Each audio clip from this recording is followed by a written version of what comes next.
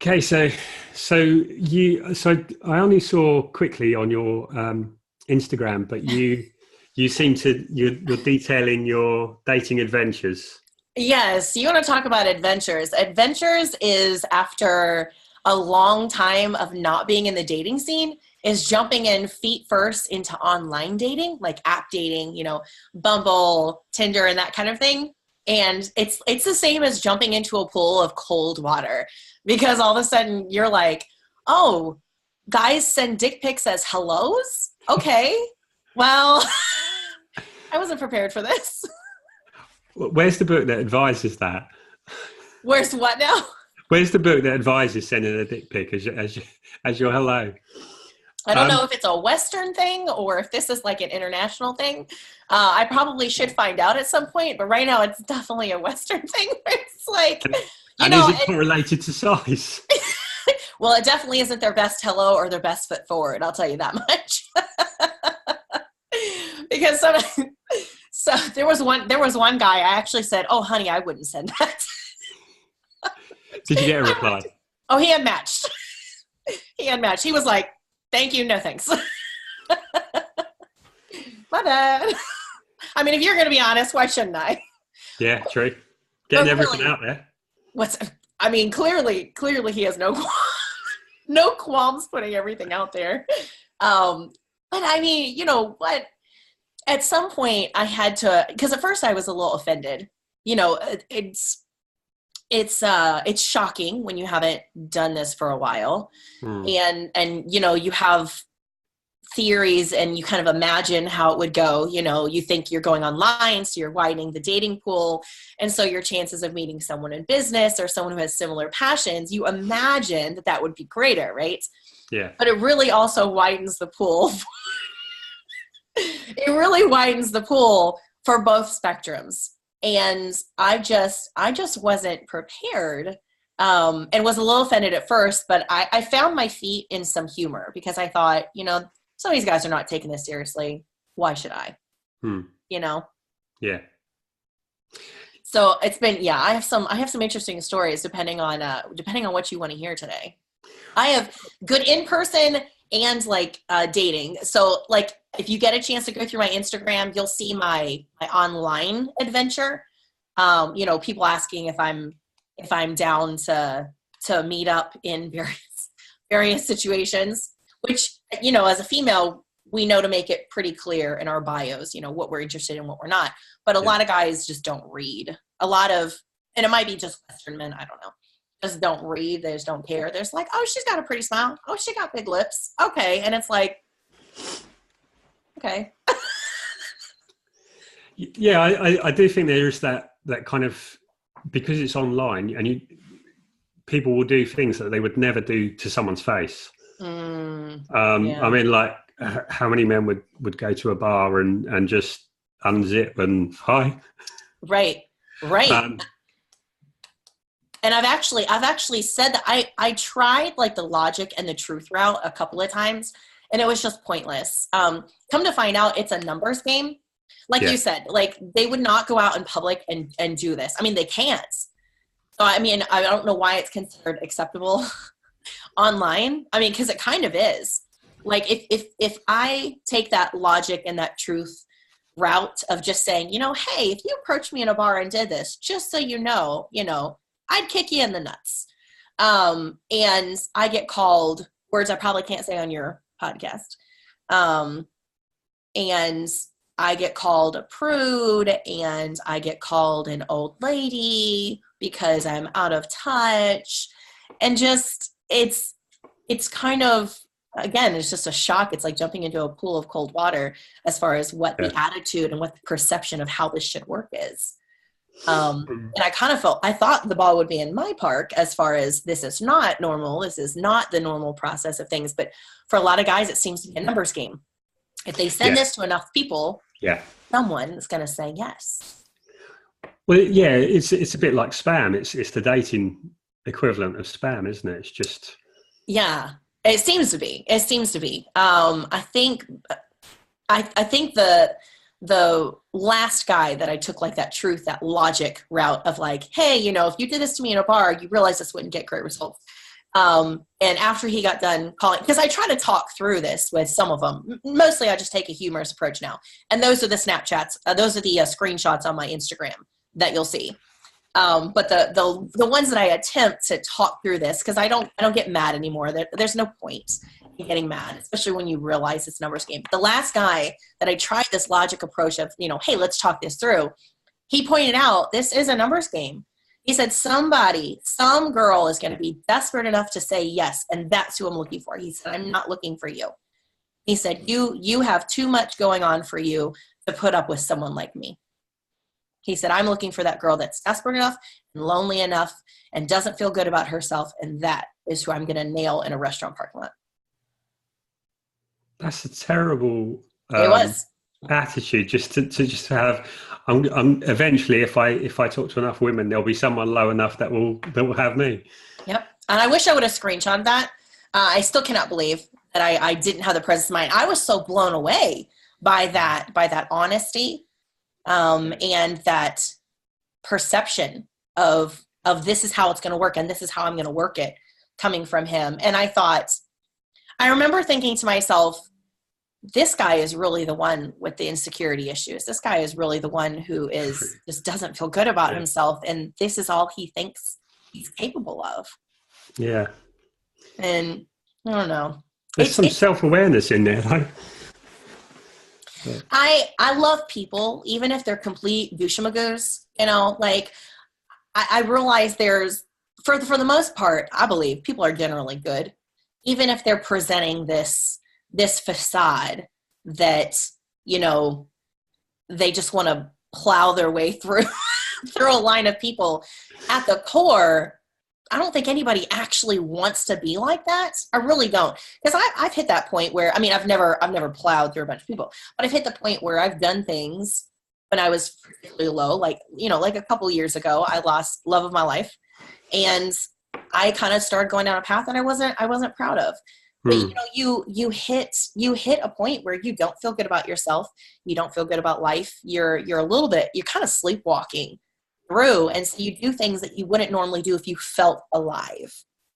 And I know I didn't. So I guess I kind of project that onto other people, where I try to realize where they're coming from, even if it's inconveniencing me.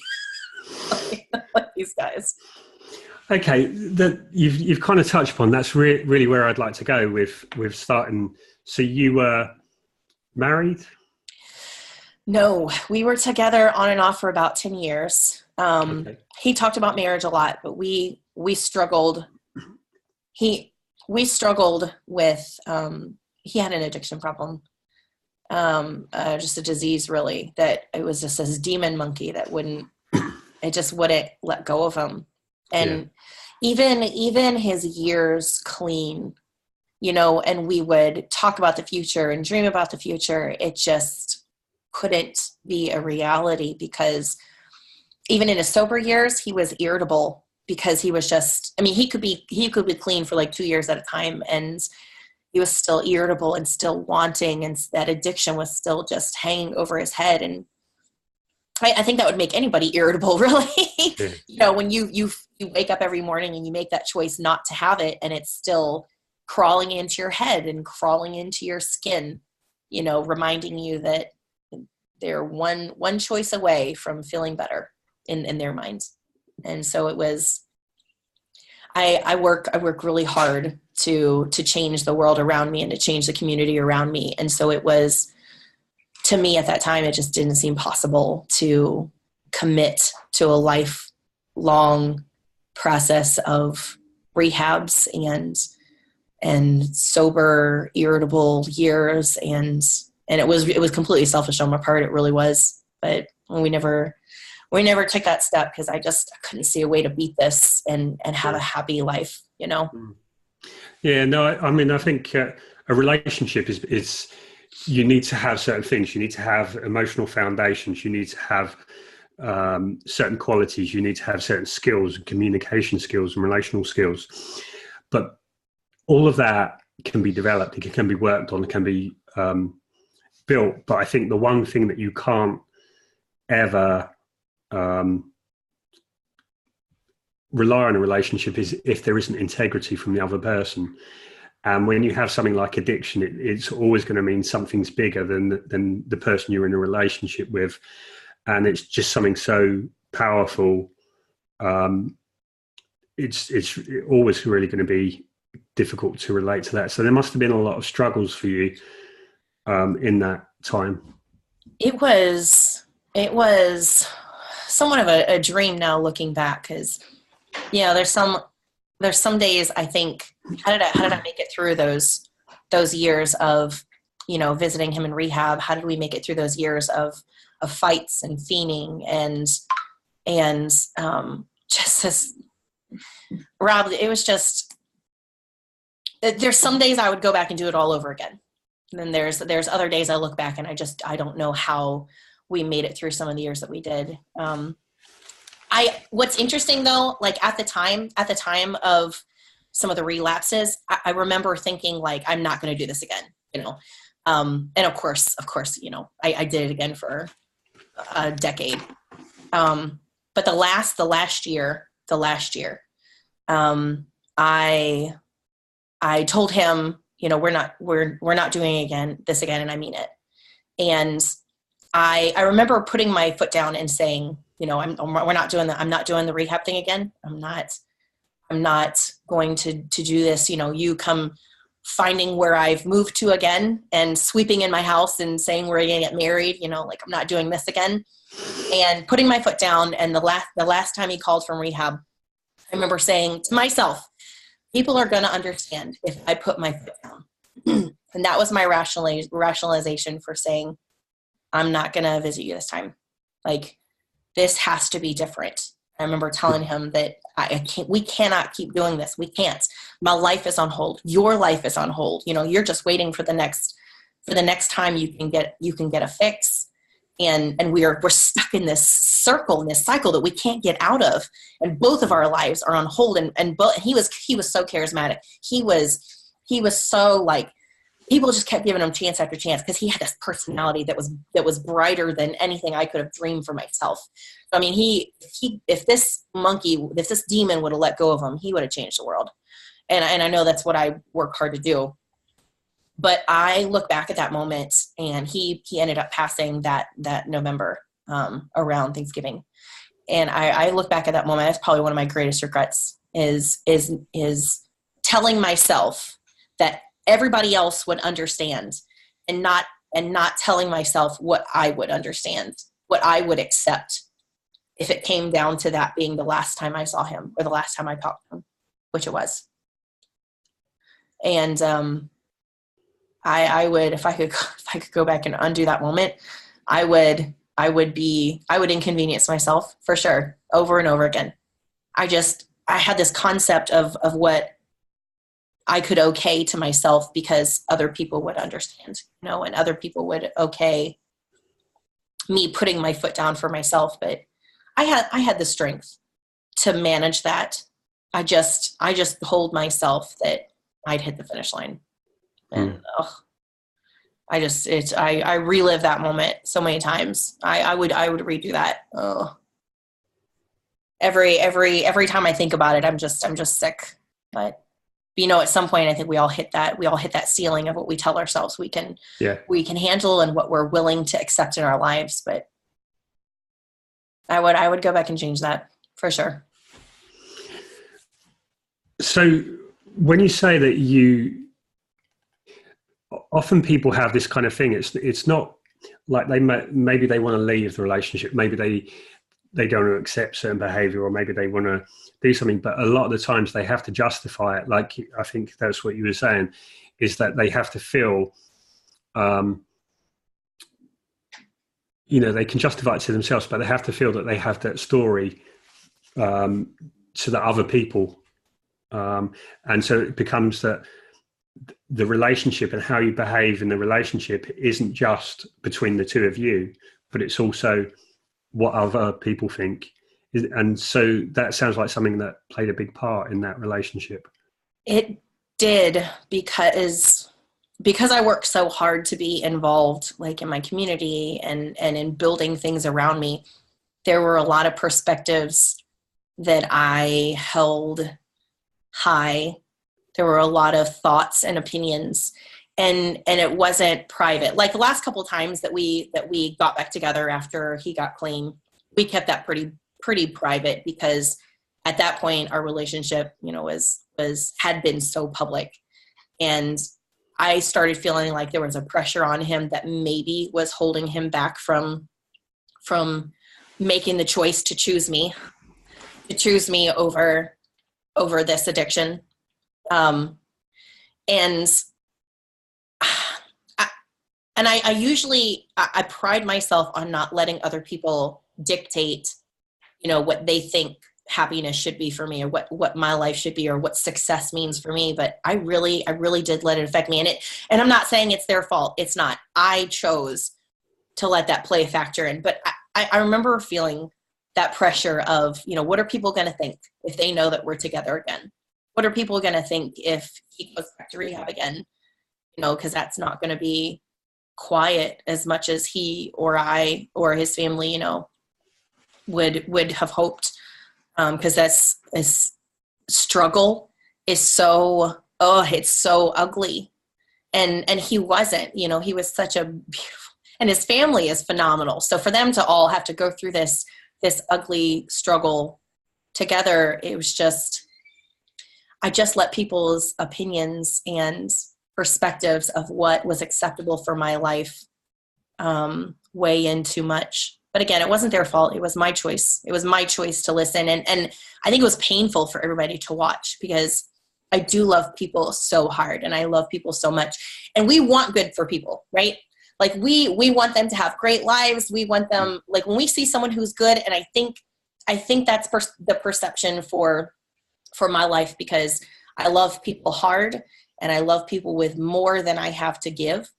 And so understandably, people want good things for me. And I think this whole thing was so hard and so painful for people to watch, that they were louder, I think, than they would have been with somebody else, because nobody expected it to end this way.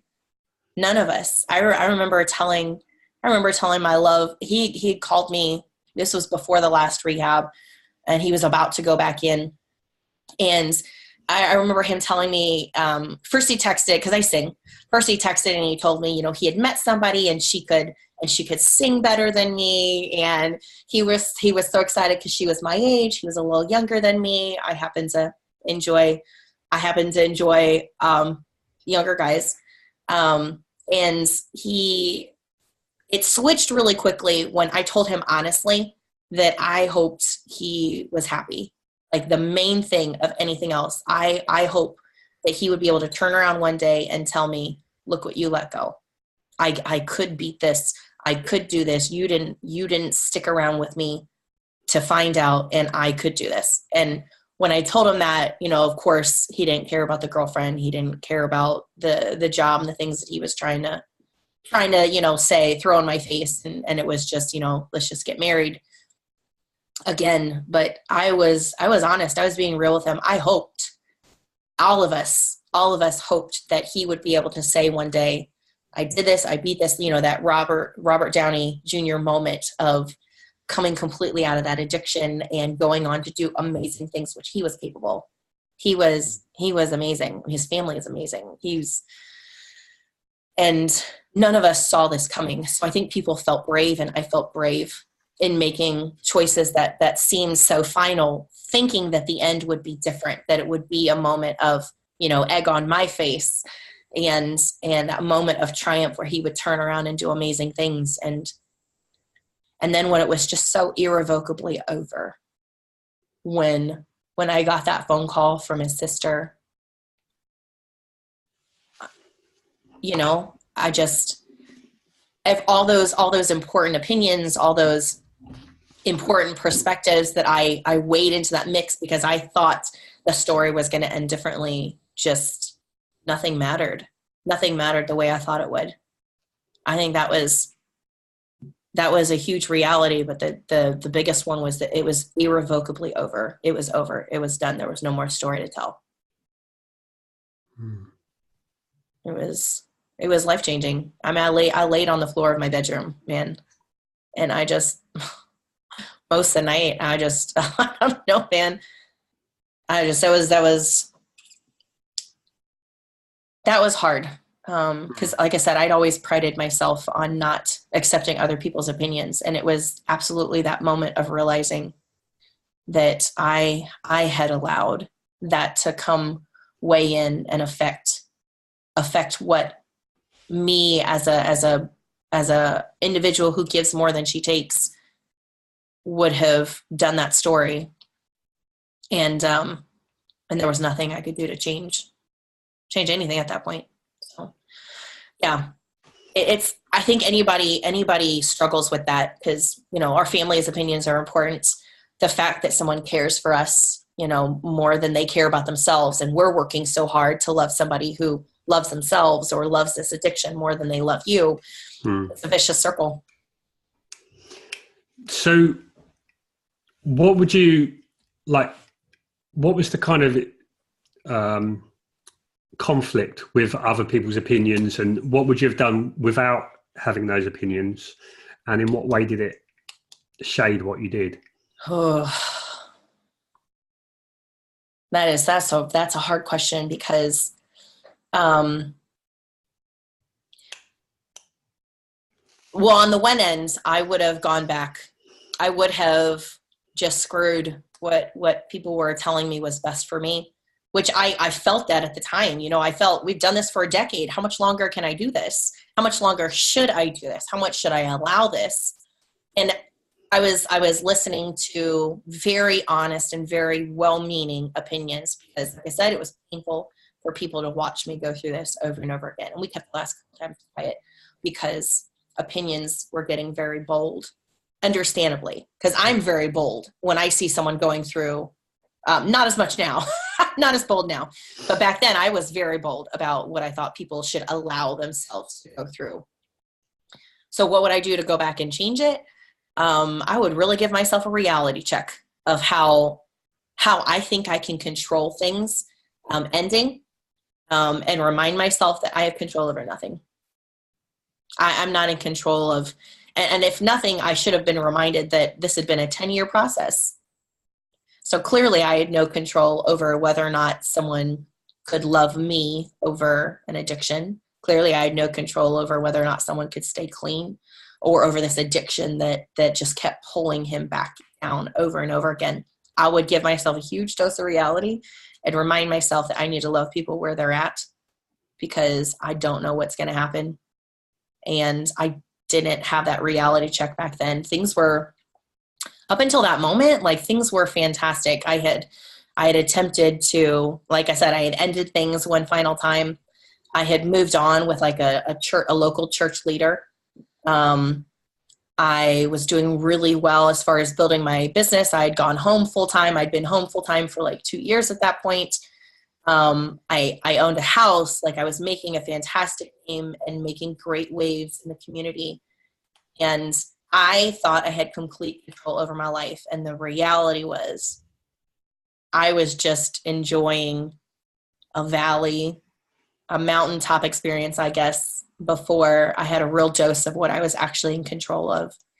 And I think if I could go back and I could help other people realize, like, what you're telling people like me in your life and what they're believing, come back to that reality check of, you're not in control of anything.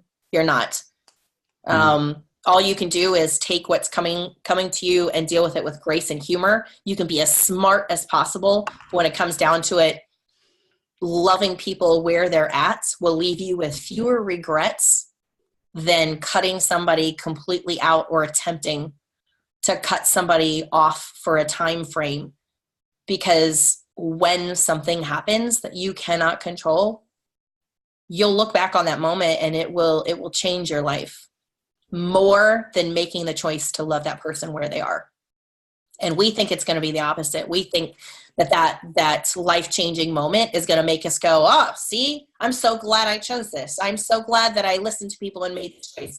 And more often than not, we look back and we say, I wish I would have realized. I wish I would have just loved them where they were and, protected myself, absolutely, but I wish I wouldn't have just said, this is done. I would absolutely remind people of that reality, that you're going to look back and you're going to regret that cutoff more than you are just having some grace, having some humor, and just being with that person in that moment while you can, while still preserving yourself. It is possible. It really is. We just get tired and we get exhausted and we convince ourselves that I don't have to deal with this. You're right, you don't. But for their sakes and for your peace of mind, just deal with it. Deal with it. Give yourself the space when you need the space, but don't cut them off. So. Okay.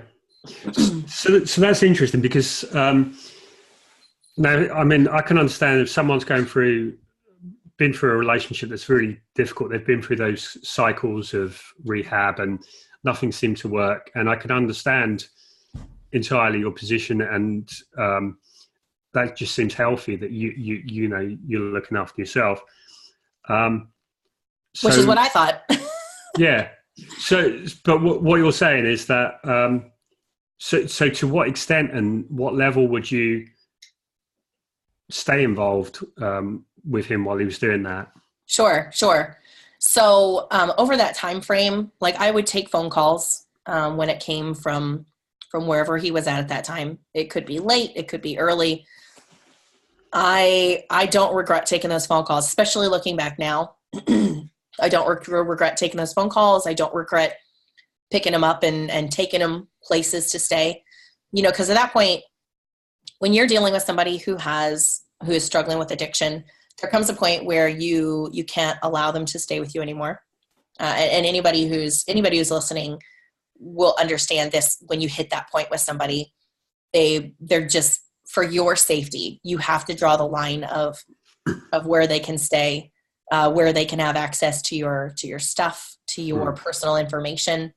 But that is not drawing a line where you're cutting somebody off. That is self-preservation. That's coming back to making sure that you and your family are safe. But you can absolutely call them a Lyft ride. Go get them yourself, which is what I did a lot. I would actually go get him, and I would take him where I knew he would be safe and warm, and or I would just answer the phone and just listen. Sometimes, actually quite often, I would just yell back at him. Because, you know, at that point you're tired and you're upset, you're angry for the life that you lost, you're angry, you're upset for what they're putting themselves and you through again, and you don't really have the presence of mind to have that grace and humor at all. But I'm so glad for every phone call that I took. I'm angry about the ones that I didn't at the end. I hilariously enough, I ended up blocking his number after the last couple like rehab calls where I wouldn't come visit. And the last message he left me, which I saved, it said, come up and kick it with Jesus. It's literally the last. You can see my Siamese going, by the way. If you see the cat going around, she loves being around people. She's aggressively friendly. So forgive the cat tail if you see it. I'll say hi if I see her. Yeah. She's gorgeous. She's absolutely gorgeous. But yeah, I mean, I part of me regrets not taking that phone call. Part of me is glad because I have a voicemail from him that's so captures him and who he is and who he was personality wise. But I'm grateful for the lines that I drew for my safety and for the inconveniences that I put myself through. And maybe that's what it boils down to, is drawing the line of what is safe. You know, maybe you're not allowing them in your home. Maybe you're not allowing them to stay with you, but you're that ear. You're that ear at a distance. You are that person that they could call no matter what happens. You're the person who can make arrangements. Even if you are not able to physically be around for your peace of mind and for your safety, there's still things you can do. There's absolutely a lot of things you can do behind a safety net. But we tell ourselves that we don't need to inconvenience ourselves anymore for our safety. But there is a difference between inconveniencing ourselves and self-preservation. And there's so much at our hands technology-wise that we can do to stay in touch and be there for someone. Yeah, it's an inconvenience. Yeah, it might be hard on your family, but it's a great conversation to have. It is a great thing to keep in mind that you're not in control of everything. And it is a great lesson, I think, for families to remember to love people where they're at, because your family's going to be there eventually. I mean, you may not be in that particular situation where someone is dealing with addiction, but you're going to be in a situation where somebody's doing something that you don't like. And the temptation is to just cut them off and say, come back around when you're better. But if you really love somebody, then you got to put your money where your mouth is. And you can draw that line of self-preservation and be there for them when it inconveniences you. I suppose that depends on your capacity and like how much you're hurting and you know, whether sometimes because it must have been difficult for you to have pulled away. Broke my heart. And there's a time when you're not able to be that person, to be there for them. Yeah, there were, which I would say there at the end is that's what I told myself, was that I just wasn't able to be there. I just wasn't able to, because, you know, there were a couple of things, especially at the end, that I would not vocalize today, but there were a couple of things at the end that made me feel like I was no longer safe, that this had come to a head where I had to cut this off. But the reality was I was tired. I was angry. I was exhausted from this process. And I allowed myself to get backed into a corner. I allowed the opinions of people around me to affirm that, to affirm that I was backed into a corner I couldn't get out of. And I allowed myself to bow out because I was tired. But I'm telling you, man, I regret it. I mean, maybe people are lucky and they get to continue to have that hope, you know, because someone is still alive. They get to continue to have that hope that things are going to turn out okay. But the chances, especially with addiction, of that person surviving aren't as sure. They just aren't. So, I mean, I could understand somebody listening to this conversation and saying, you know, well, I deserve better. And you're right. You know, I did. And they do, you know, when you're going through this. But bottom line, either you're a good person or you're not. Either you meant it when you said you love them or you don't. And sometimes love means sacrifices and inconvenience. But love means loving yourself and keeping yourself safe. And even when you're exhausted, even when you're angry, go get some perspective. Go rest up. Go take that time for yourself, but don't forget about who you are. And if you're saying you are a good person and you love them, then show it. You know, be that person. Being tired shouldn't change the fact that you love somebody. Being exhausted shouldn't change the fact that you told somebody you would be there for them, you know? And I know that sounds so harsh, but I honestly kind of feel like we're in a harsh reality with relationships in general today. And I'm seeing this in online dating, where a lot of things are easy and a lot of things are easily gotten rid of. You can easily unmatch somebody or swipe left. And that is not the reality of relationships. That's not how relationships work. Either you mean what you say or you don't. And that does mean inconvenience. That means some hard things that people are not going to understand. But at the end of the day, your peace of mind and your character and your who you are at the core is on the line. So if you compromise, though, that's what you have to, if you compromise with that, that's what you have to live with. Yeah. Right there. That's what you have to live with. Yeah. I mean, I think self-esteem is essentially the way that you live. Do you live with integrity? Because fundamentally, when you look in the mirror, if you feel bad about yourself or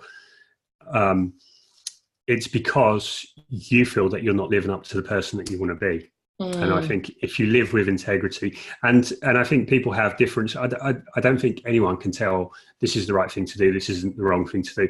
And I think, in your situation, different people would handle it differently. And I think depending on the perspective that you've come from and the point of view, and obviously because of the situation, you're going to have a different perspective than you had at the time when you were in the situation. And I think both can be right. And it is just about, what do you feel is the right thing to do? Do you do that? But there's something you've touched on. So it's two things I'm really interested in. But the thing that you've just touched on there is about, you talked about how easy online dating is and how everything is just an app and it's just a swipe. And it's, you've only got to download an app and start swiping and to hook up with someone. Yeah. Oh my gosh. You know what? Go ahead. And yet, in that time when everything is so easy, the fundamentals of what makes our life matter, the fundamentals of what we really care about are health, finances, relationships. We're at a time when the food industry has made everything, just to gratify our instant gratification of our taste buds. We're at a time when dating and advertising has done the same. Credit cards and things have done the same to finance. But fundamentally, if we want to live our lives in the way that brings us what we really want, what really matters to us, it's about the discipline to give up the chocolate now for the more nutritious thing that makes us healthy in the long run. It's about giving up buying the thing on credit card now and living within our means. And it's about it's about what we give in a relationship, and it's about how much of us that we can give. That's fundamentally what a relationship is. How much of myself do I give? How much how honest can I be? And that's hard. And relationships are full of friction. You've spoken about some extreme challenges, but there's challenges in every relationship. And it's about, how do you live with that, the person that you are? Do you deal with that challenge, or do you just go, okay, now I swipe someone else? So I think that's something really key that you've touched on. And I'd like to get into some of your dating stories if you've got some time. But what I'm really looking forward to them. But what I'd really like to talk about right now, I've been spending a lot of time talking and helping people and writing about breakups. Really, where I've just created like a 30-day process of getting over a breakup. And written a guide. So I'm really interested. So I know it wasn't exactly a breakup, but it was, but I think bereavement and a breakup is the same dynamic. As you've lost the person and you've lost the relationship. So if it's okay and you feel okay to talk about that, I'd be really interested to learn, any lessons from you and what the process was like. Oh man. Yeah. Yeah, no, you're right. That is, yes and no, that bereavement and grief are similar to a breakup. You definitely go through some of the steps that are similar to a breakup, because, you've lost the life that you could have had. You lost that hope of what you thought you were building. What you spent your time on is gone. That person that was investing and adjusting their life and making different priority choices, that person usually doesn't survive that breakup. Or bereavement. And so really I've found, in order to sort of move on from either, you kind of have to evolve into somebody different, or you have to grow into somebody who is strong enough to handle what that last version of you just went through. Now I've been through a couple breakups, and this grieving was different. I was kind of a zombie for a year. I took like a loss in my business. I had a hard time leaving the house. really even taking a shower seemed out of the realm of what was possible effort wise at that time. And I'm a socialite. Like, I love events. I love creating them. I'm in a small community, so the possibilities of what you can create are huge here. And I didn't have effort or the care for any of it. And I think there's some parallels in that with breakups.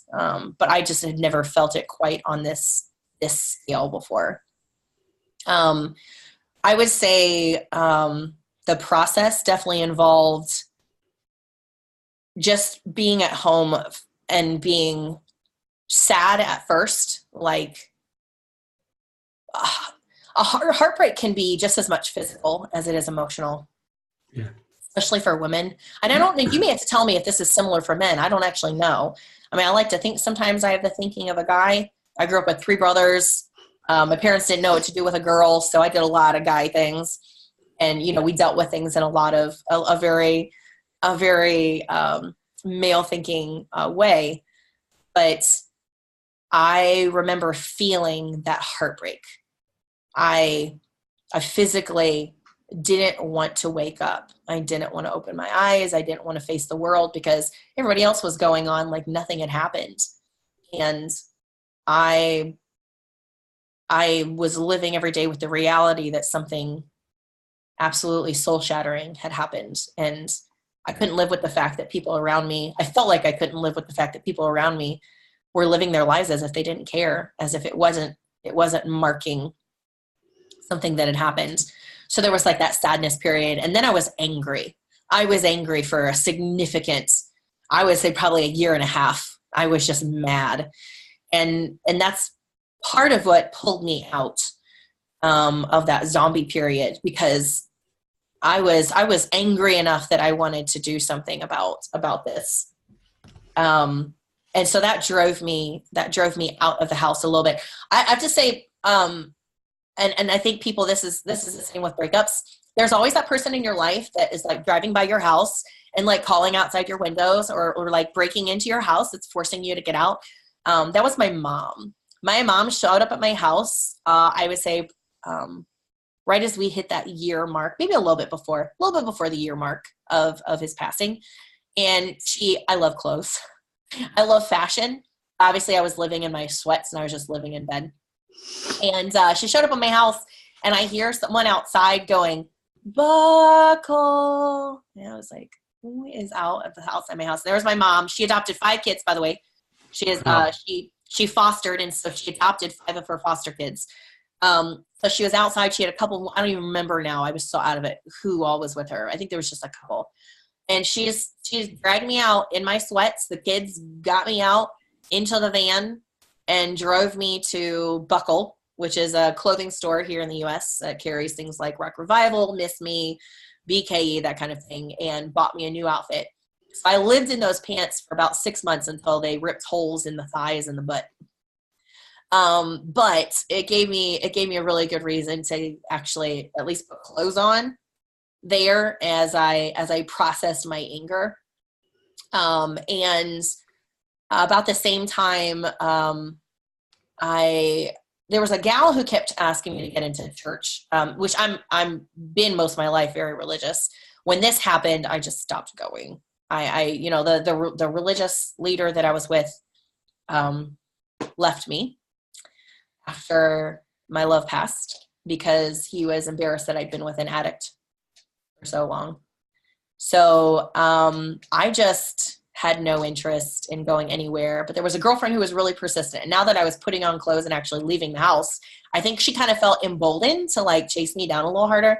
So, she just didn't pay attention to my anger. She didn't let it bother her, and just was really persistent about, hey, you should come to church. When I didn't respond to that, she reminded me that they had a grief share group there. And she sicked this other lady on me. And this other lady is like grandma age, really sweet. Like, you can't be mean to her. You can't. I don't care how mad you are.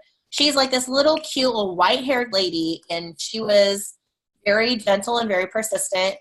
And I eventually went to the grief share group, which I didn't make it through. And my love's mom reminded me that she had gone to this, which is another reason that I went, I think, like, hoping she could go with me this time. She'd gone before me. And I didn't make it through the whole class. I just couldn't. I mean, it was like a 8-week process, and I just couldn't I wasn't ready to go through all of it. But it was enough that I got pulled back into that and music, which is really, that is what kind of saves my mind and my soul again and again over the years. And then that was when I hit a different part of the process, was kind of reigniting passions and just focusing on myself, focusing on things that not only was I good at, but just made me happy, whether I was good at it or not, whether I was in a good place or not, it didn't matter, because music didn't judge me. Music, I could come to the table of any stage, and it didn't matter if I was angry, sad, sweats. I think that's how people feel about running sometimes. I don't. I hate running. Oh my God. Awful. Someone wants to mug me, I will not run. I will stand there and whatever. But that's what music did for me. And that was the next stage that kind of blended with anger, was just kind of digging back down into myself, realizing how long I'd been asleep is kind of what I call it. You know, I definitely slept walk for a while. And coming back out of that and renewing who I knew I was and finding new parts of myself. So, you know, I was experimenting with things that I'd never experimented with. I was doing things that I'd never done before, because this was a new version of myself that I had never opened up to before. But I just felt like I cared less about what people thought. I cared less about what I thought I knew, because I'd hit a point in my life where what I thought I knew was absolute crap.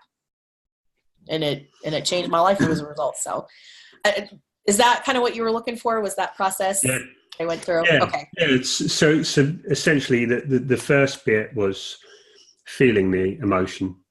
Yeah. And the music was the way that you felt, because I think the first thing you need to do is you need to be able to manage you need to feel the emotion, but you need to be able to get some control, because otherwise you just get emotionally hijacked by it.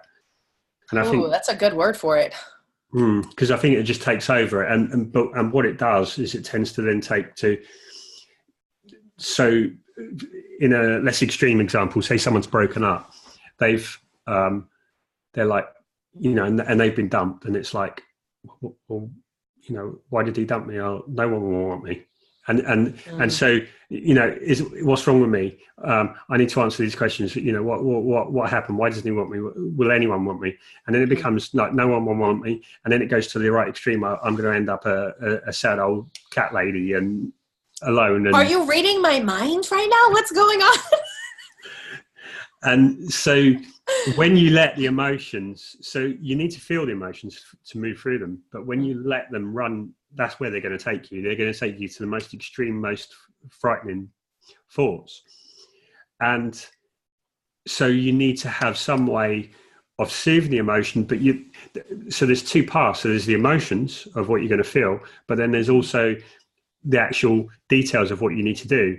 And so I think music was the way that you found that you were able to soothe and manage your emotions. Absolutely. And anger is so key. Anger is because when you feel despair and you feel like there's no hope, you're not going to do anything, and you're going to be in that zombie state. But when I've got a section in my thing that you have to use anger. You have to use that anger, not to stay in it, but anger will give you the energy, and then you can move on. And then it is a process of, you know, becoming the new you and getting stronger. And you have to, like, your whole perspective and beliefs have all been shattered, like everything, your whole future. And I think this is the problem with a breakup. It's like you saw your future tied up with this person. Suddenly that person's gone, your future's gone. And it's like, it's that shock. It's kind of like a post-traumatic stress disorder. Definitely. And so what you need to do is you need to, bit by bit, piece together, become the new you, build a new vision. And then it's like putting the legs in place for, you know, that new you to come and create that and live that new future. And then as you do that, gradually, you know, it's going to have less of a of a pull on you, and gradually you're going to be that new person, and it's going to feel like something that happened in your past. I'm ready to get to the point where it feels like something that happened in my past. But you're so right about the anger driving action and driving that evolution of old you into new you.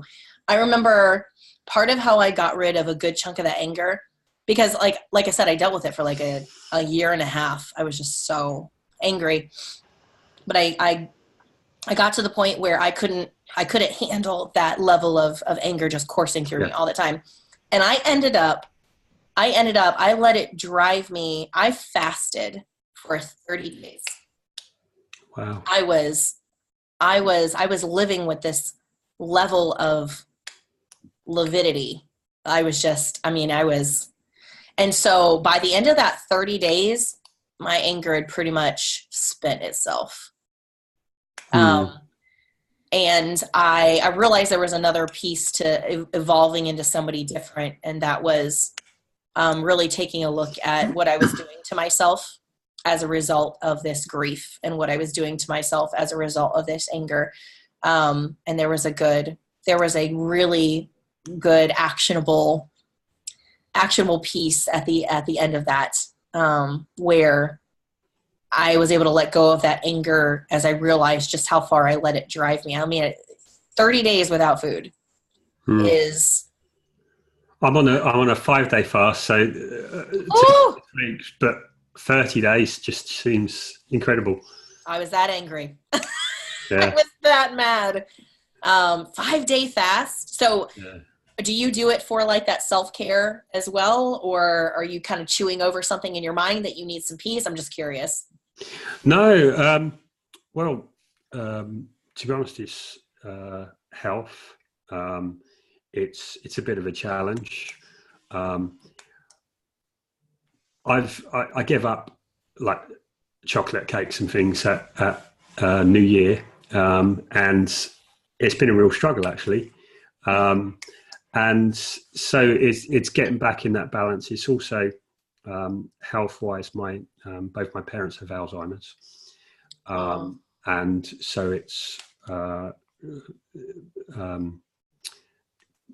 for the immunity and for the health benefits with that.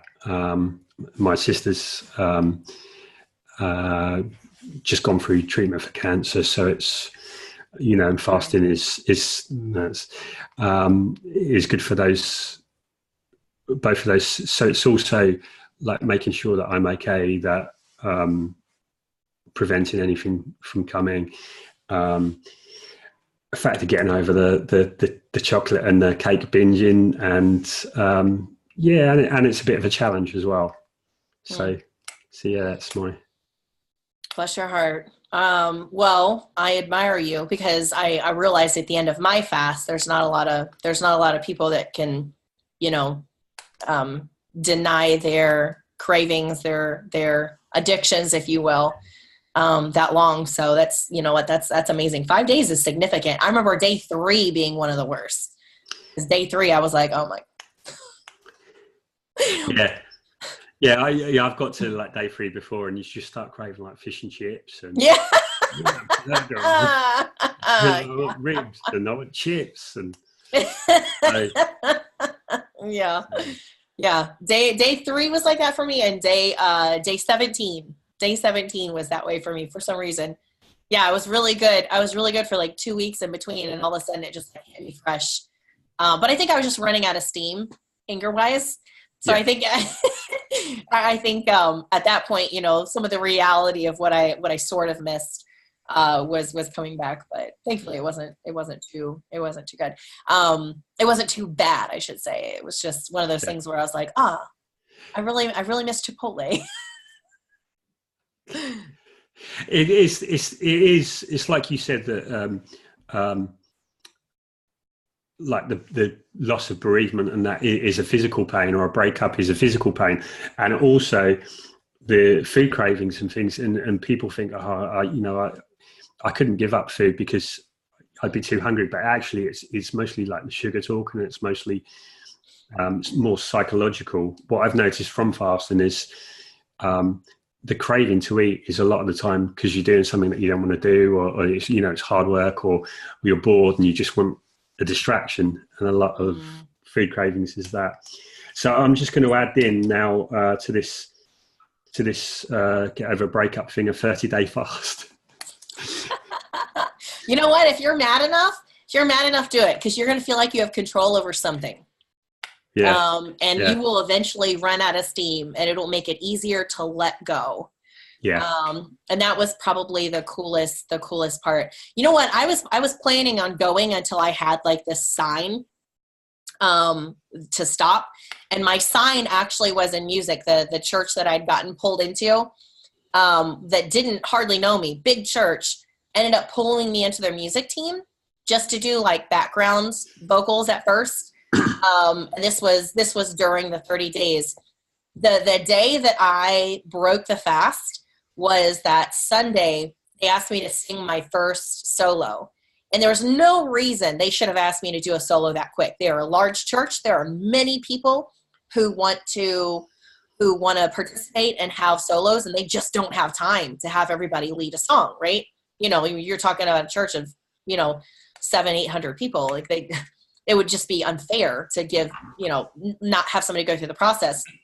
For some reason, and I took this as my sign, they asked me and the worship leader was from another state.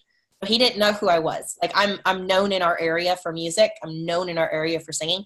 But because this guy was from a different state, he had no idea who I was. He had no idea what I could do. And apparently just felt led to have me sing this song. And again, keep in mind, I'm new to the church, and he asked me to sing my favorite worship song that I had not been able to do at the previous church that I'd been at for like 8 years. I remember getting the request, and I was like, this is not a sign. I'm going to keep going with my fast. This is not a sign. I got the request like 2 weeks into my fast. But I was still like plowing through this anger. And I get to that Sunday, and I just let it go. I let it go through music. I opened my mouth, and I just let it all come out, because the lyrics of the song are incredible. It is absolutely just about letting go and just being who you are, in the face of like a higher power, whatever you want to call them, a higher power, and who made you, and what that relationship is. And it was so powerful that the pastor came running on the stage. There were people, they were just in tears in the audience, because I think people could see my raw pain, my just letting go. I think that was so transparent. And that was when I broke the fast. And it was awesome to hit that moment in a passion, in something of, who I was at the core, to have that reminder that this is who I am. I am not the embodiment of anger, even though that is who I have been. This is the best part of who I am.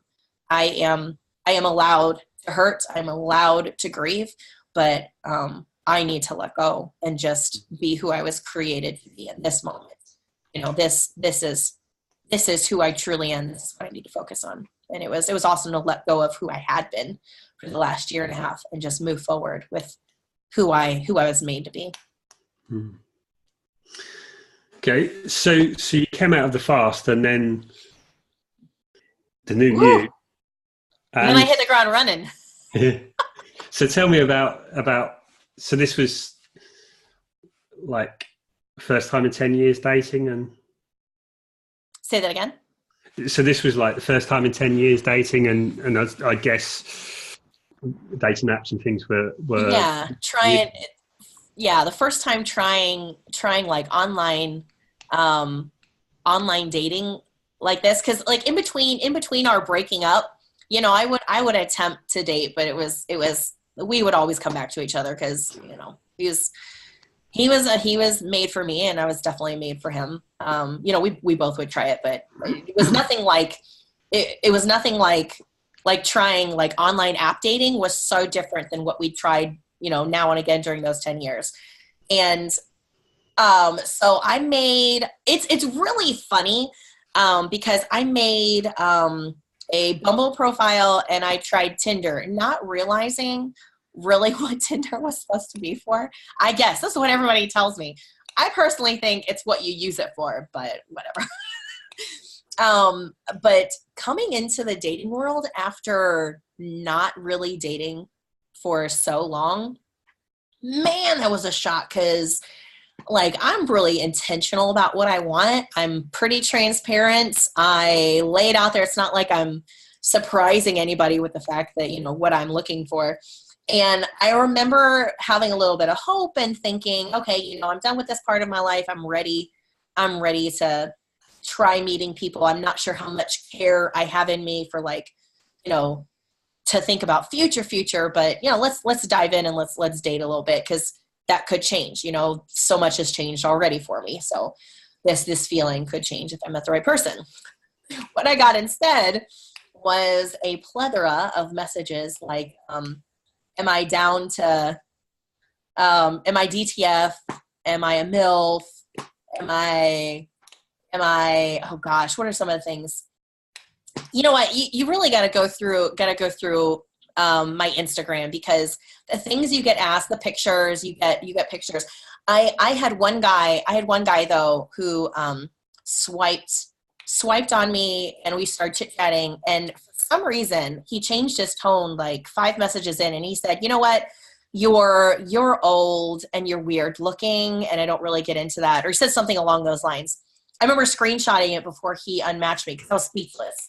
I have a pretty good sense of humor. You know, if somebody asks me if I'm DTF, you know, my response is, you know, down to the floor, down for the fun bus. I mean, like, what are we going with here?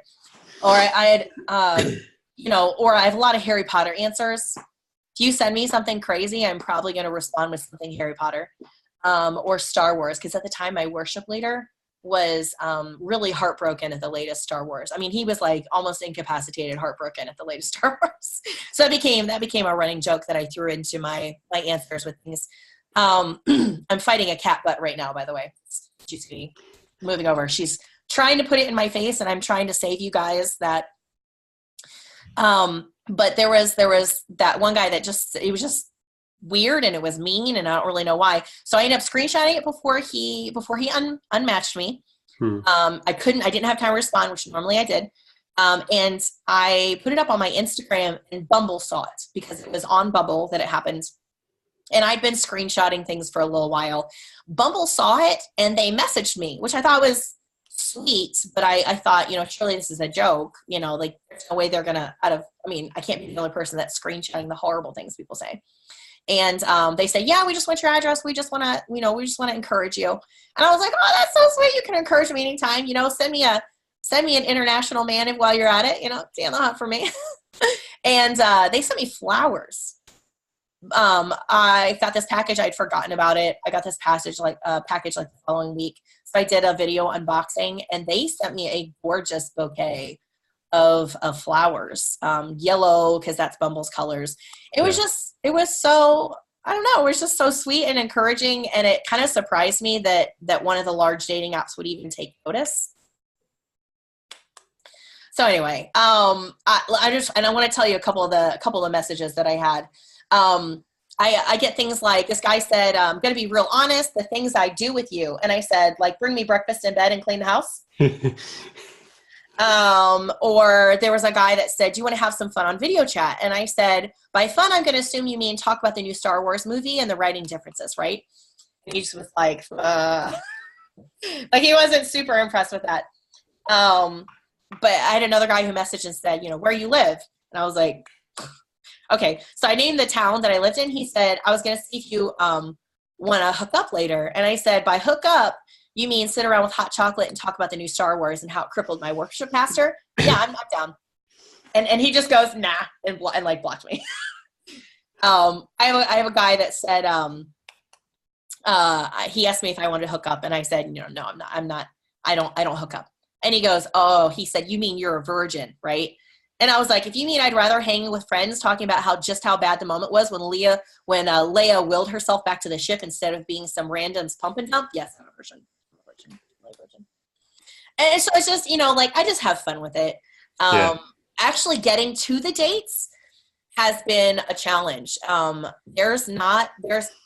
You'd think with online dating that the pool would be that much wider of people that you actually make it on a date with, but a significant number of guys, even if you are really intentional with your bio, a significant number of guys really just want to meet you in a Wendy's parking lot and never talk to you again. Which I refuse to do. I absolutely refuse. Listen, I am not spending all this time working on the community and building events and teaching women how to start their own businesses to meet some random guy in a Wendy's parking lot for like 2 minutes. Let's be really honest, for 2 minutes and then leave again. Like, this is not dating. This is not what I spent like 10 years enjoying of dating. Cause for all the lows in our relationship, there were some, like, he knew me, and he knew, like, how to really wow me. And I'm a little spoiled, having somebody, love me like that. But I have gotten on a few dates, which are freaking hilarious. Did you know that when a person goes to prison for beating somebody to death in a bar fight, that they are not they don't always go to prison for like 10, 20, 30 years? You know that? Because I found that out on a date. That makes for an awkward first date. Oh, this was an awkward first date. So get this. Okay, so I love to sing. I meet a lot of people through music here in the area. And there was this one guy who, and don't judge me, I have a tougher time going on dates with guys who are shorter than me. And I'm 5'3". Okay. I struggle with a little bit, it's something I'm working through, because I realize that's no reflection on their character, but I do struggle. So there was this one guy who is really super persistent about trying to get me to go out with him every time we ran into each other out at music. And I finally kind of broke down, because I thought, what am I doing? Like, I need to be open-minded. I need to not let this stop me from going out with somebody. Just, it has nothing to do with their character. It has nothing to do with whether or not they treat me well. So I finally agreed, gave him my number. He was super excited. He told me to text him my address. I spent a couple more days just chit-chatting over text just to make sure that I felt, comfortable with that. And so I sent him my address, and he came and picked me up, which I thought was really sweet. So he wanted to take me dancing. And again, that's something here over on the Western world, like, we struggle with that over here, man. There are not a lot of guys that are comfortable enough in their masculinity to go dancing. Yeah. So I love to dance. So, the first man that wants to take me dancing, man, I'm really going to consider putting you on that pedestal. And so he offered to take me dancing. So he picks me up. We're on our way talking, and he was talking about how he had just come to the area. And I was like, oh yeah, where you been? I said, I can't believe I'd never seen you before music, and I know most of the musicians in the area. And he goes, oh, well, I just got out of prison. And I remember kind of hesitating, and I thought, that's kind of, that's kind of unusual, but I'm on this open-minded track. I want to be understanding. And so I said, oh, no kidding. I said, was this like a bunch of unpaid parking tickets? And he goes, oh, no, they sent you to jail for that. This was prison. I was like, okay, we're not making this at all. And I said, well, was it a misunderstanding? Were you unfairly put in there? And he goes, yeah, kind of. He said, they put me away for beating a guy to death. Keep in mind, this is a short man. This is a small man. And I thought, he's got to be yanking my chain right now. Like, this cannot be real. This man is casually talking about how he beat someone to death in a bar fight, it turns out. And I don't remember. I'm sure he told me what the fight was over. I don't remember. I remember, like, hitting this fog of, like, I am in a truck with a guy who beat someone to death over, can't hear what. And at that time, we didn't have, all we had were, like, cabs in the area. It's not like we had them on speed dial or anything. We didn't have Lyft or Uber yet in our area, because we're a small community. And I thought, I'm stuck until he takes me home. So we get to the place, like 15 minutes go by, and I'm sorry, but I pulled the fake and a headache thing. And he was really understanding. He said, oh yeah, I totally understand. Which should have been my first clue. That should have been my first clue. He was really understanding, because very few men are understanding when they take the time to try to woo you instead of just going straight for the dick pic.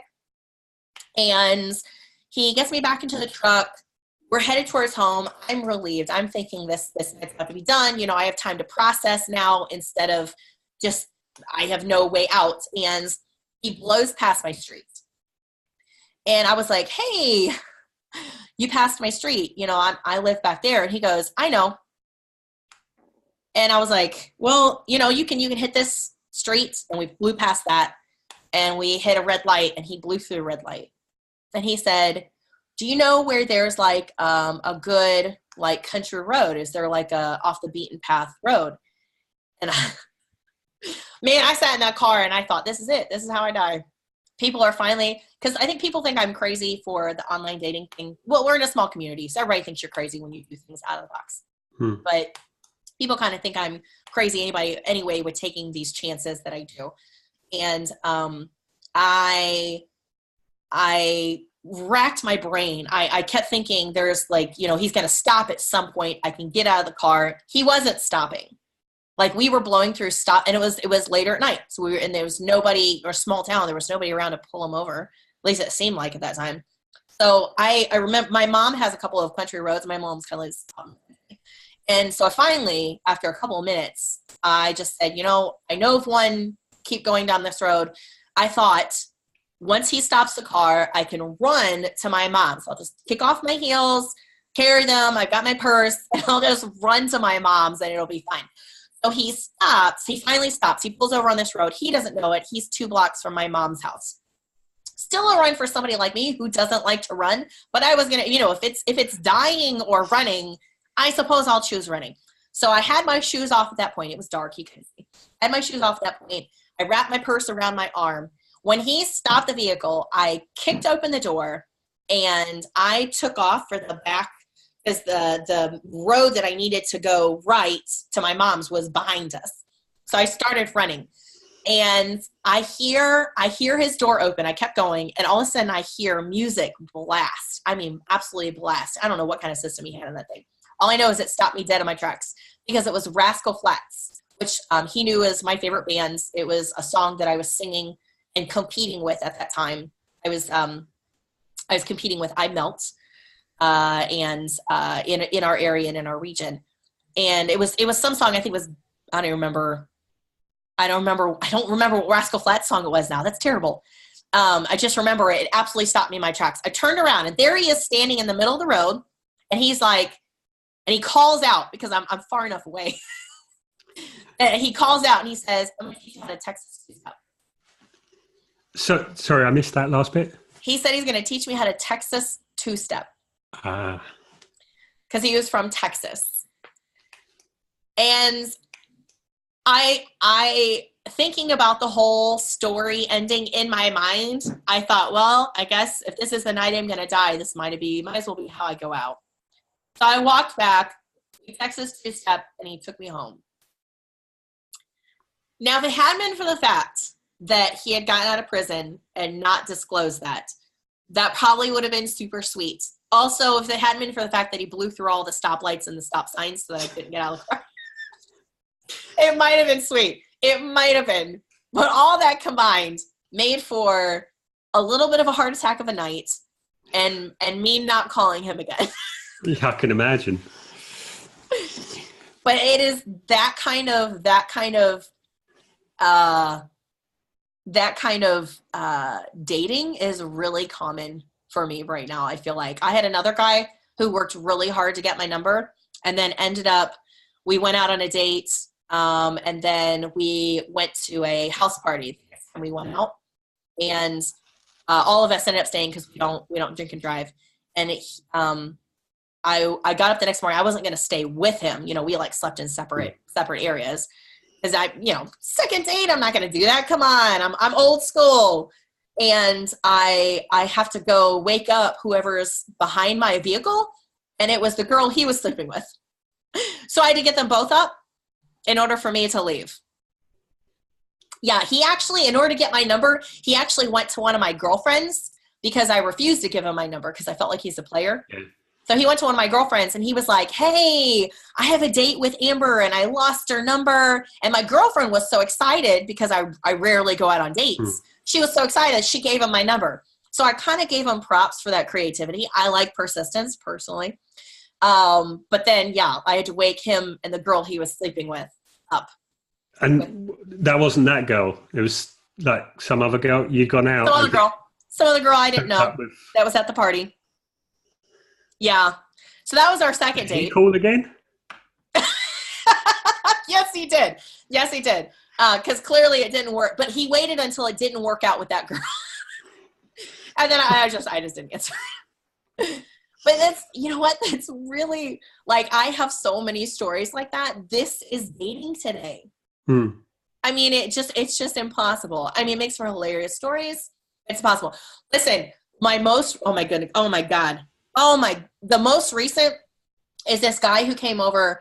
I've known him for years and he really wanted to hang out. And I thought, okay, you know, maybe I'm being too much of a prude. He wanted to come over and he said, I was like, I'm old. Okay?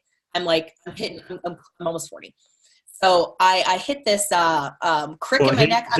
He is, did you say? No, I didn't hit him. No, I hit like this crick in my neck sometimes just because I sleep wrong. Are you hitting that yet? Does that happen to you? Okay. All right. So I hit that and I was complaining about it on Facebook one day. He messaged me and he was like, you know, you never let me go out with you.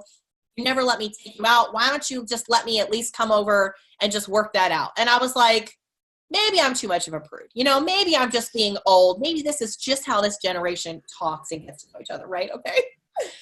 So he comes over and he is like, yeah, he's like, I got a little bit of lotion. You know, I can help with that. He said, I'm really good with the hands. I was like, okay, you're really good with your hands. That's fine with me. When he first put his hand on me, there was this kind of shock because it was painful. And I thought, like, what is going on?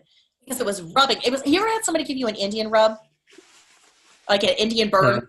Yeah. That's what it felt like. And my mind was like, this man is insanely hot. He's done modeling in the past. You know, I've known him for a long time. How bad do I want to preserve his ego right now? Like, can I stand this? Or do I just burst this bubble of what he thinks is going to be a good date and just tell him that this is painful? And finally, I couldn't take the pain anymore. So I told him, I was like, dude, this hurts. Please stop. What do you have on me? Do you know what that man brought? He freaking bought scrub, bath scrub, salt scrub, sugar scrub. Oh my gosh. Sugar scrub is what he brought. He didn't bring lotion. He brought sugar scrub. And so he was rubbing it dry into my neck and into my shoulders. So when you say sugar scrub, this is like what mechanics have to get oil and stuff off. Is that what you mean? I don't know. That's a good question. I don't know if maybe they do. I know that us as women, we use it to exfoliate. Okay. Like it's rough enough. Yeah. But if you put water on it, then of course it's water soluble, and the oils that are in it melt into your skin and that kind of thing, and the sugar dissolves. If you don't use water, it just exfoliates. Like it takes off the top layer of your skin, dude.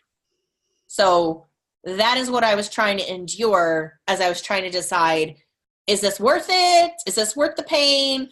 Do I wanna hurt his ego here? So anyway. So then by that point, the mood was gone because he was like so embarrassed. So he just gets up and leaves. So that kind of gets to a point. So obviously I'm talking about relationships to people all the time, and some women are telling you about all the nightmare stories. And then you've got men telling the exact, like, from a completely different perspective. So, trying to get underneath. So you've got some really hilarious and interesting stories, but underneath that, so what do you? So I mean, I'm looking. I've got some opinions on it, but what do you think are the problems? That's, you know, what's driving this? Like you said, online dating is so different to developing a relationship or that. What do you think is the factors driving that? Driving it being different? I mean, that kind of weird and Oh, yeah. You know, I think part of that is there is such an ease to swiping left or swiping right. There's an ease to not handling difficult topics or difficult conversations. And so we have this mindset that if we just swipe left, then we'll find somebody that we don't have to deal with it.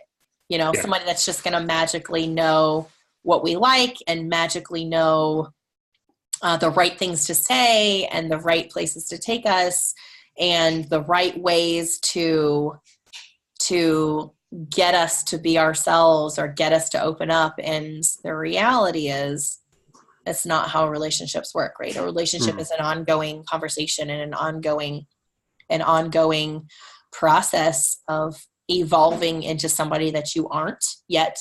It's an ongoing process of compromise and communication and problem solving and humor and grace.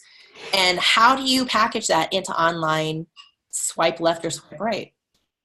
I mean, can you swipe left or right on morality?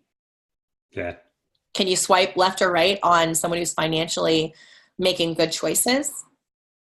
I mean, where's the give me the app for that? Yeah, exactly. Yeah, I think there is, you know, like it does seem like a sweetie shop. It's like a catalog. You can have any man, any woman.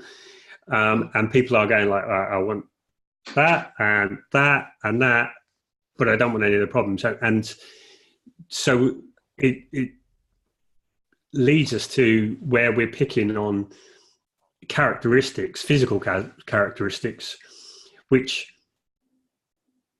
really are only really important about the first 6 months. After that, it's all about qualities and it's all about the unseen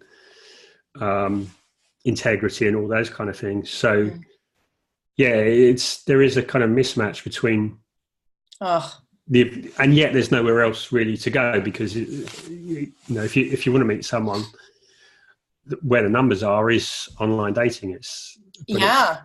I mean, that's the hard thing. Yeah. If you want to widen, okay. So if you have somebody like me who's really busy in the community, really busy with volunteering, with being the change, what are the odds that I'm going in a town of like 30,000 people where 200 of those are the ones, I mean, let's be realistic, 200 to 300 people are the ones that are really driving change in a small community, right?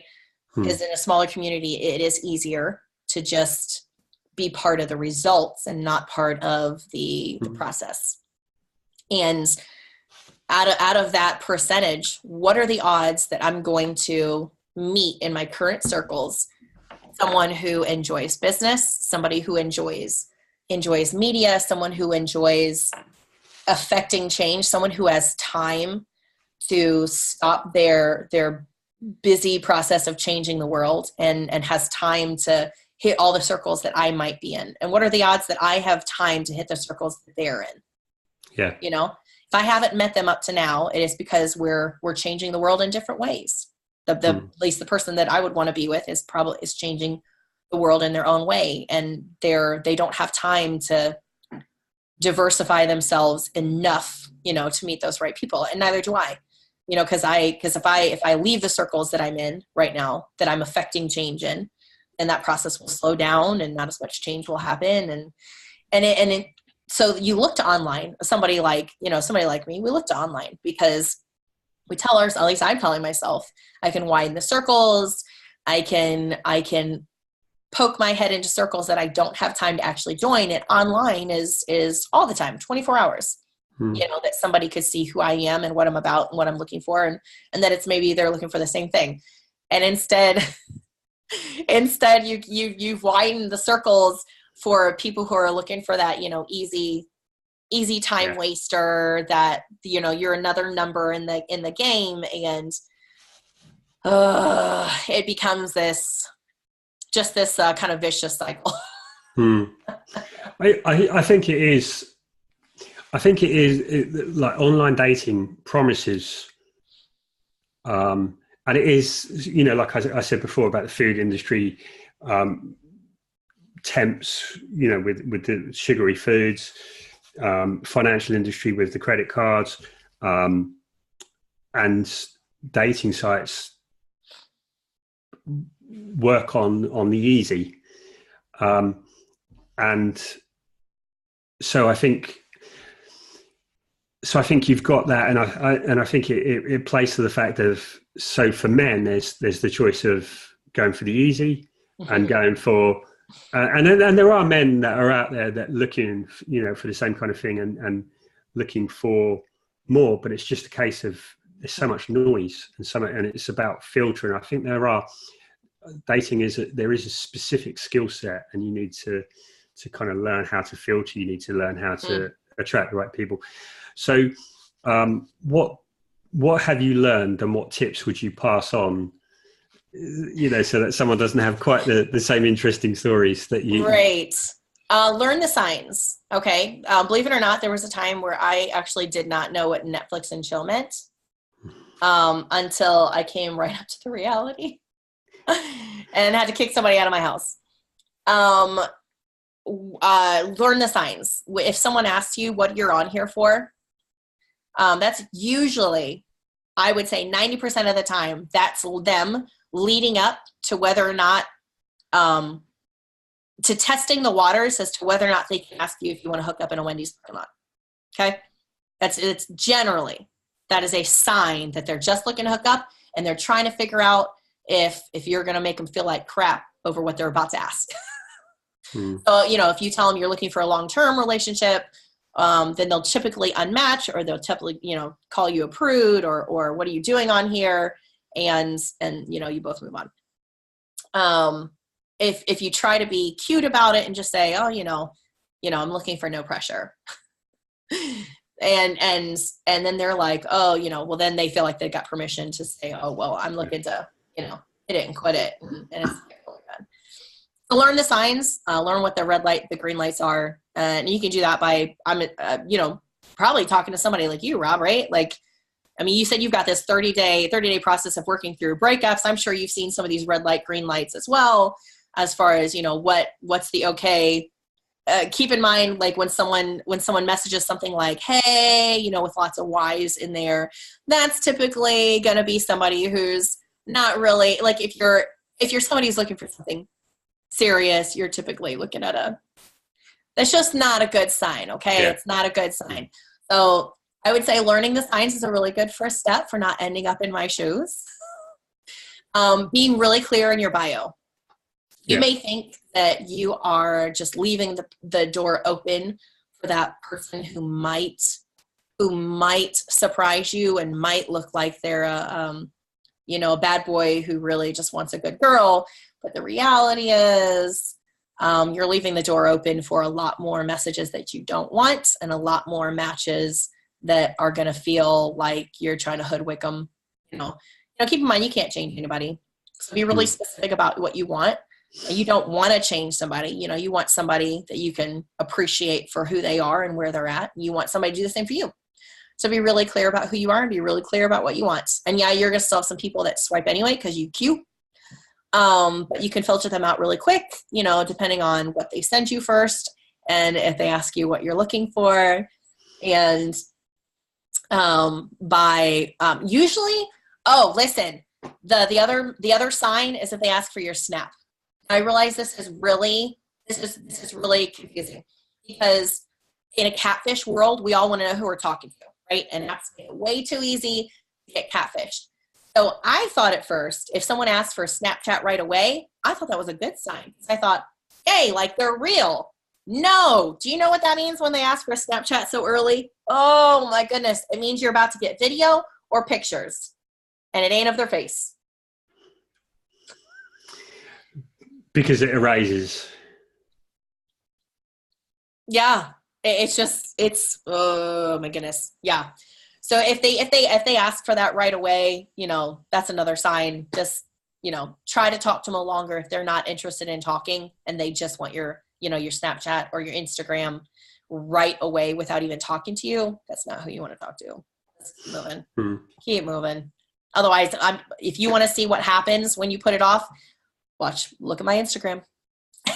You'll see how that conversation goes, because I have a few Snapchats that I entertained the conversation into Snapchat and you realized it was just more of the same. It's basically like I was giving permission at that point. If I gave them my Snapchat, I was basically, in their mind, I was giving them permission to send me video and that kind of thing. And so it's just super discouraging, because someone like me, I want to know who I'm talking to. I'm living in a very real, like, reality-based world of, what's possible and what's not. And I want to know who I'm talking to, because I'm super social and, like, aggressively friendly, and they're just really aggressively friendly about their dick. I'm very open.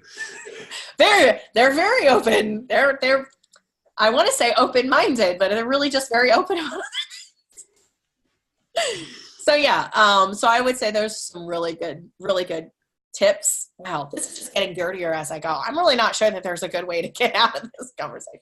There's some really good tidbits. Wow, that's not. That's some really. There's no getting out of this. I'm just gonna let you hang yourself. Oh my goodness, Lord help me. Okay. So you've mentioned your Instagram. Is there anywhere else where people can find you and see more about you? Yes. So you can keep up with me on my Facebook. If you, it's going to be a little difficult. I think I'm actually at my friend's max on Facebook. So Instagram is probably going to be the best place to follow me. It's Passion for Life, and that's LYFE. And my name is Ambyr, AMBYR, and Rose like the flower. But yeah, I think you might be able to follow me on Facebook. I don't think you'll be able to send a friend request. I don't believe. Okay, so it's a personal profile. Yes, yeah, it's just my personal, but you can follow me on Instagram and I think Twitter. I every once in a while I'll upload some of those to Twitter, but for the most part, those dating horror screenshots, those Tinder fails will be on Instagram, and then once in a while I'll tell more of the story on, like, my personal Facebook. But I am looking to, I'm telling some of those stories on a podcast right now, but it's just more fun to actually talk to other people like you about, the dating world and what it kind of looks like for someone my age right now than it is to get on and talk to myself on a podcast. Okay, well, thank you for sharing some of your stories. Absolutely. And I'll put your contact details below, wherever I can. Yes. Follow me and see what not to do. Well, I will do. It's just before we go. Is there any other stories that we've missed that you would like to share? Or? Oh my gosh. You know what? I would like to share just one about my love before we go. I don't want anybody to think that it was all bad. Like, he brought me a lot of joy. He really did. And the lows were just as low as the highs were high, which I think anybody will deal with when you love somebody that is going through that kind of hell. And he was going through hell. So, I don't want anybody to think that it was all a nightmare. But I would say this man was one of the things that I loved about him, and that I think I have a hard time transitioning back into the dating world over. And I think people will deal with this when they come out of a long-term relationship. You have these things in your head of how things are supposed to work and how you're supposed to be loved. And even though he was unable to choose me over this addiction, there were a lot of times that he loved me so fiercely that it is really hard to fathom somebody else loving me that hard. But probably one of my favorite stories from him, though, is when he kept trying to get into the dating world. It usually ended up with him meeting people who could just drop him off at my house. So probably my favorite was one night he had gone out, and he'd gone out to a karaoke bar. He tried to meet these girls. So he had 2 girls that were very interested in getting him back to their place. And he talked them into going to, I think he told them they were going to a house party with him. And when they realized that they were at my house, at his ex-girlfriend's house, who he'd been talking about that night, he had been actually talking about me that night, the looks on their faces, because I came out, I was asleep when they're banging on my door at 2:00 in the morning.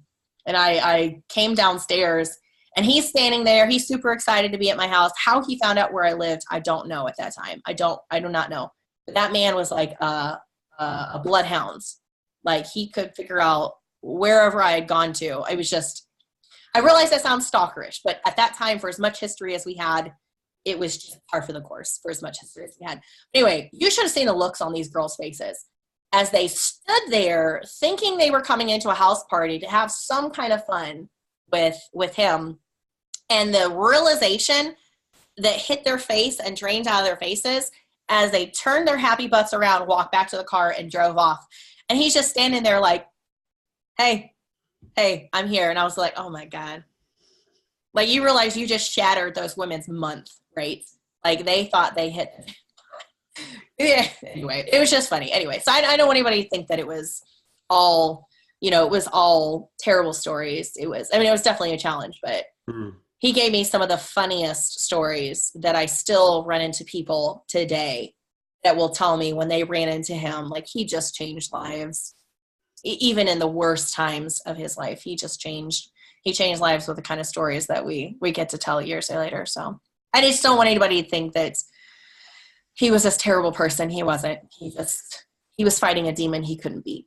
Yeah, and there's sometimes people who have the biggest lows also have the highest highs and live more vividly. Yeah. Oh, but those poor girls. I'm sure they tell that story for years. I am sure I am part of one of their worst dating stories. All right. Thank you so much for having me on. I appreciate it so much. Thank you for coming on and for sharing all your stories and experiences. Thank you. That's been great. I appreciate it. Okay. Have a great day. You too. Thank you. Bye.